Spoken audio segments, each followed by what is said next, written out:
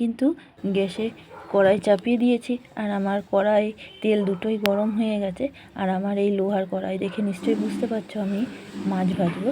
তো হ্যাঁ, আজকে আমি তোমাদের সাথে একটা বোয়াল মাছ রান্নার রেসিপি শেয়ার করতে চলে এসেছি। তো মাছগুলো প্রথমে আমি কেটে ধুয়ে পরিষ্কার করে এইভাবে নুন হলুদ মাখিয়ে নেব। আর মাছ ভাজা আমি শুরু করে দিয়েছি। আর বোয়াল মাছ যারা রান্না করো তারা নিশ্চয়ই জানো বোয়াল মাছ ভীষণ ফাটে। আমি একটু ভয়ে ভয়ে ভিডিওটা করছি। তো মাছগুলো আমার একে একে সব ভাজা হয়ে গেছে।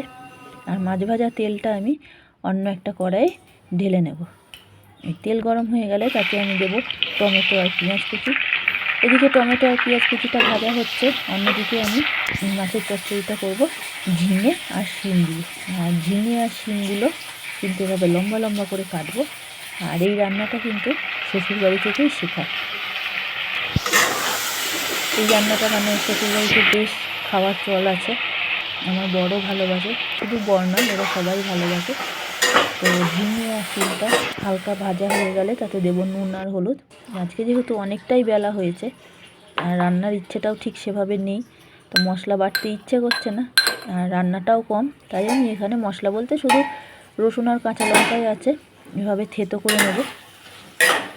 দেখো ঝিঙে আর শিমটা কিন্তু ঢাকনা চাপা দিয়ে রেখেছিলাম বলে অনেকটাই সেদ্ধ হয়ে গেছে। রসুন আর কাঁচা লঙ্কা থেতো করাটা দিয়ে ভালো করে কষিয়ে নেব। কষানো হয়ে গেলে আমি ধনেপাতা কুচি ওপর থেকে ছড়িয়ে দেবো। মশলা কষানোর সময়তেই আমি সব রান্নাতে ধনেপাতা কুচি দিই, কারণ আমার বর কাঁচা ধনেপাতাটা ঠিক পছন্দ করে না। তো যাই হোক, মশলা কষানো হয়ে গেছে, সামান্য পরিমাণ জল দিয়ে আমি মাছগুলো একে একে ছেড়ে দেবো। তো দেখো আমার রান্নাটা কিন্তু হয়ে গেছে। ভালো লাগলে একটা লাইক কমেন্ট শেয়ার অবশ্যই।